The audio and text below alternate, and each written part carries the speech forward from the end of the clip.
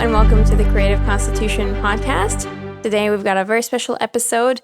It's all about being a background extra and what to do when you're on set. Wow, pretty exciting. So for the newcomers that are maybe just starting in acting, just starting getting onto set for the first time, you've got yourself an agent, you've gotten this role, you've become an extra. You're going onto an exciting film set for the first time and you want to know what to do and what not to do in order to hopefully get more extra work and get more work on film sets.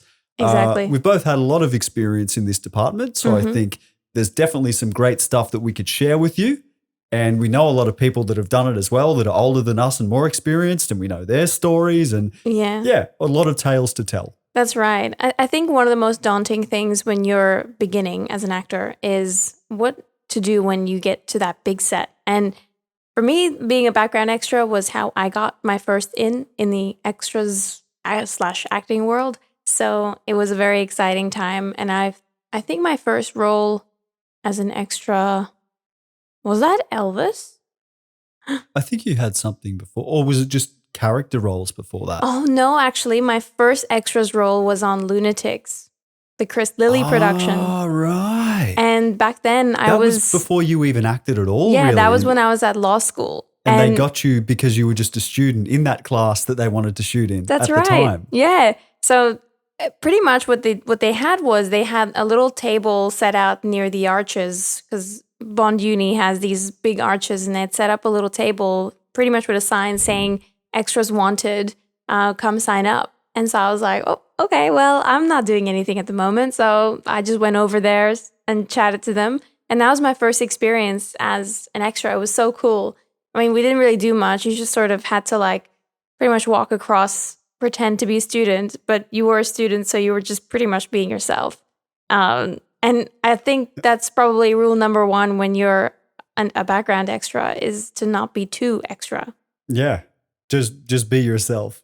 That's probably the best thing you can do. Like unless it's you're an extra and you're a demonic creature extra, or unless you're an extra on The Walking Dead, for instance, and you're a zombie. Yeah. Like if you're an extra walking in the background on a city street, just be you, please. Because the second an extra stands out because they're doing something even a tiny bit overemphasized or unnatural, that's a bad extra. Yeah. You know, a good extra is an extra you don't recognize at all, really. Yeah, they you just don't notice. blend in.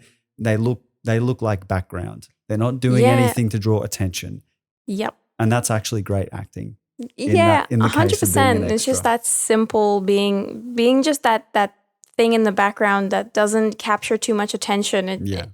I think a good extra in combination with the whole set, you know, sometimes you're not the only extra. There are others as well. So when you are unnoticeable as a group and it just sort of blends in with the environment and what the scene is doing. So let's just say Blade Runner, you're in the background and you're doing these hella cool movements or whatever, and you're just sort of capturing too much of the audience's attention. You're taking them away from the experience of watching the film. So it's actually better to be small. And that's what I've learned in acting classes too.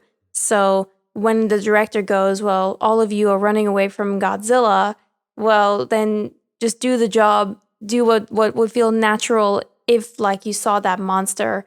But sometimes it can be really small directions too, like just walk across the room, like you and I were on Joan, what was that called again? Yeah, Darby and Joan. Darby and Joan. And great series shot here. Well, great series, I say that, but I haven't even been able to watch it yet because I think it's only on English pay TV. So great Australian actors and cast, great Australian crew, shot here on a beautiful, well, one of the episodes anyway, on a beautiful kangaroo farm, not far from where we live, Darby and Joan. And the problem is, though, we can't see it here. We can't watch it on anything.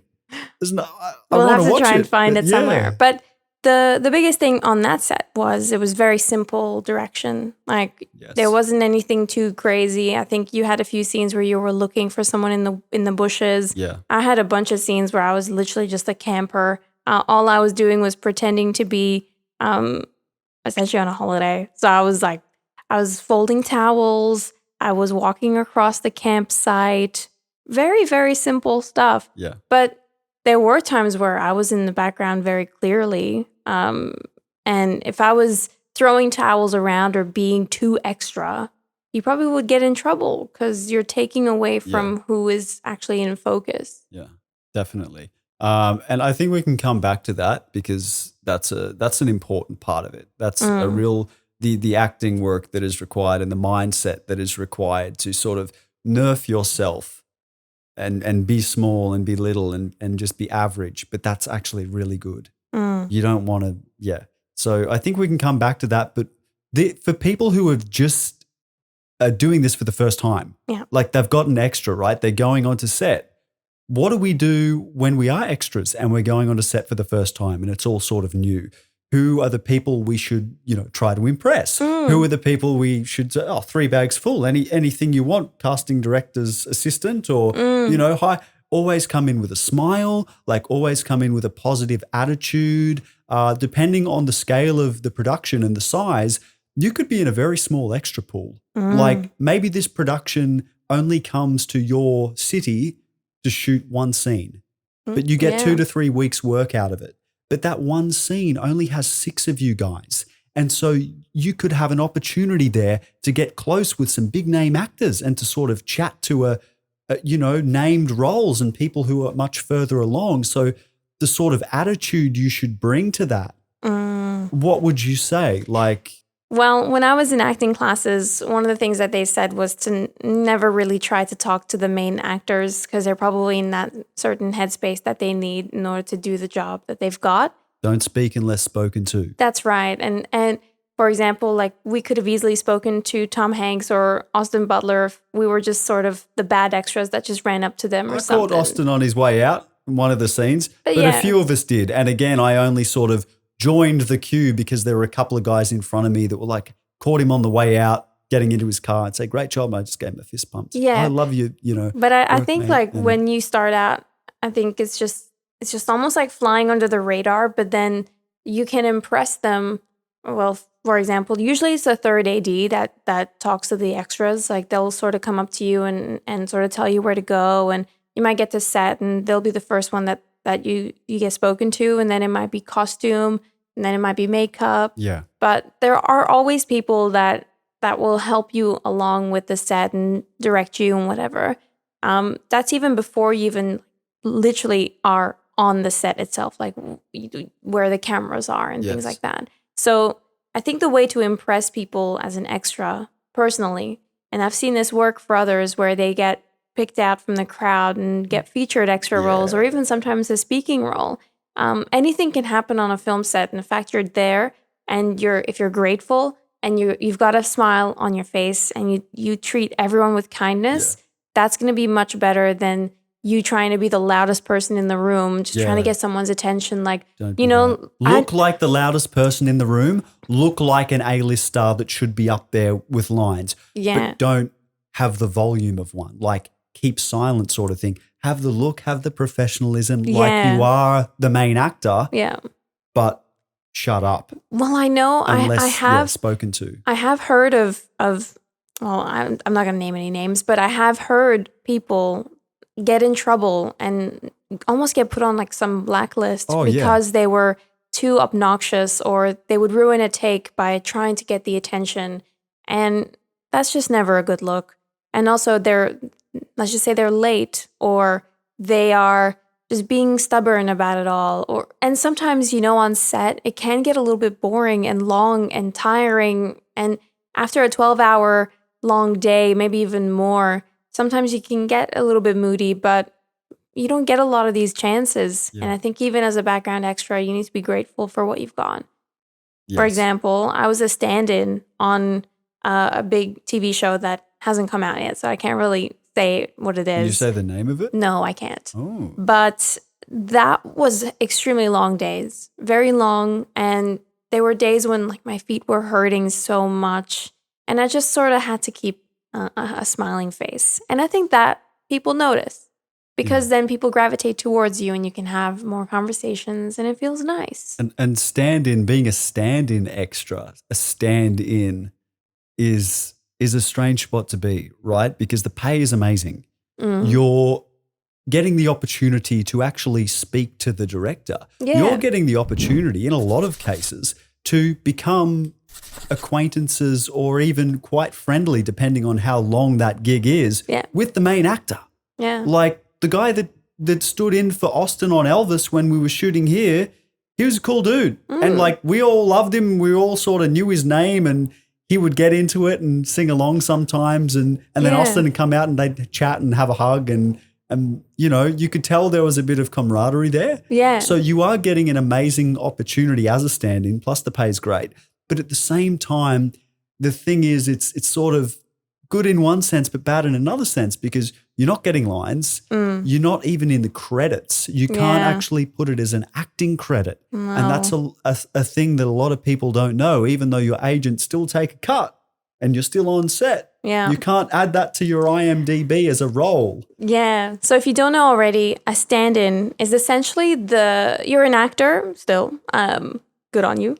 And you get placed in position where the main actor that's got the speaking role would be in that scene. So it's pretty much for the camera guys and the lighting guys to know what to do so that when the actors come in, that there isn't much time wasting and things like that.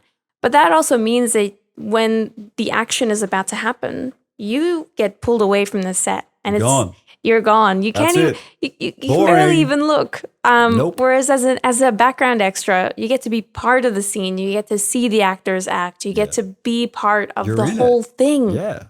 And the directors still look at you and things like that, you know? So it's not like you're completely shunned as a background extra. But as a stand-in, you do have a bit of a different experience. Although I must say, as a stand-in, I got to meet the director, talk to the director, and get big fancy cameras put in my face. Wow. And so hopefully maybe in the post-production room, they might go, she's quite pretty. Someone sees that test footage. And yeah, that's the thing as well. A stand-in, even though I think it's for a certain type of person. I know watching the dude that did the Elvis stand-in for Austin, I couldn't have done what he did. Watching him was agony. I was putting myself in his body, watching him for the time he stood there and what he was wearing with the lights and had to stand like this, and I couldn't have done it. I would have been so fidgety. I would have gone mental. No matter if they were paying me $100 an hour, I still would have not been able to do that. I would have been uncomfortable and like, screw this, man. I need to sit down. I think there's a downside to being a stand-in too, which is that's it. But there's another one downside, too, right? Which is if you're the stand-in for like Dwayne The Rock or even let's just say Austin, you're usually stand-in because you're the same height, you look quite similar, and it's just going to be so much harder to like see them as their own actor. You know, they're their own entity. Like it's just a bit You a bit say that, weird. I haven't experienced that. Okay. All the stand-ins I've seen have been so different than the main actors. Different color hair, different color skin. Some are half a foot shorter or taller. Yeah. So I get that. I get that happens. In my personal experience, that's not all the time. I think it's a roll of the dice. So don't lose hope. Yeah. My advice would be to not lose hope if you are a stand-in, because that's not always the case. That's a fair point. But yeah, you've got a lot of opportunity as well. So there's pluses and minuses, as you say. Yeah. It's not for everyone. That's right. Well, so as a background actor, let's go back to what the original topic was about. Yeah. Impress everyone, come onto set, smile, do your thing. Don't stand out like a sore thumb. Don't draw too much attention. Yeah. Don't be cringe and be waving your arms everywhere and go, that's right. Like a weirdo. Just do nothing. If you think like, this is for the listeners right now, we're doing some visual things. Yeah. But if you think that's acting, then you're better off to do nothing. Yeah. Well, very little. I wouldn't say nothing. I would say very little. Very little. So if you're a background extra in a restaurant, there will be moments where you'll have to mime.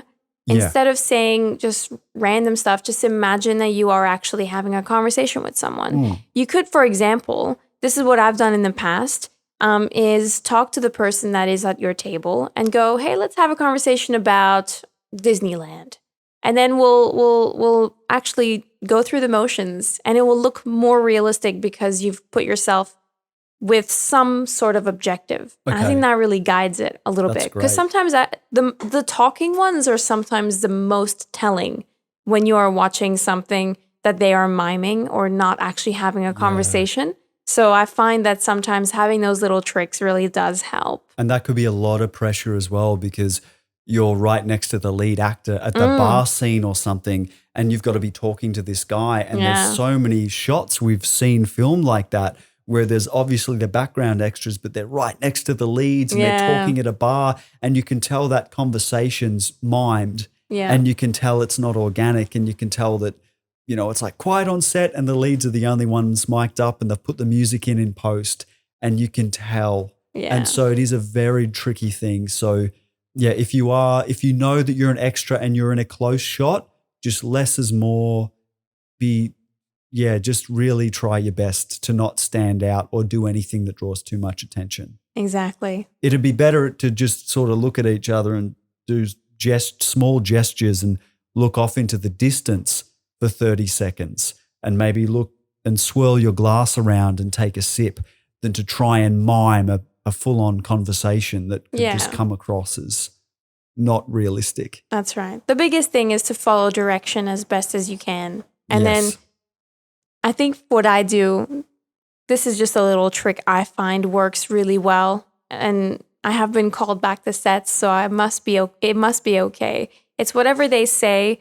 If your 100% is what first comes to mind, just play that at maybe 80 or 70% instead. So just tone it down just a little bit. Then that way you're going to be a great extra. You're going to do exactly what was told to you.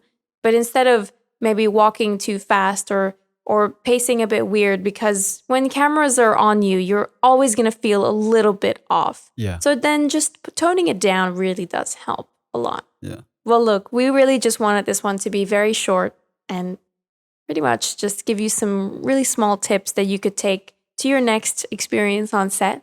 Being an extra is really fun. It can be long and daunting sometimes if it is your first, but hopefully you'll take these tips with you and have a great time on set. Yeah, and get employed and go to another set. That's right. And not annoy anyone or overact and be silly, and just be chill and be fun and don't talk too much and have a big smile and treat everyone with respect. That's right. And you should be fine. Thank you for listening, and we'll see you in the next one.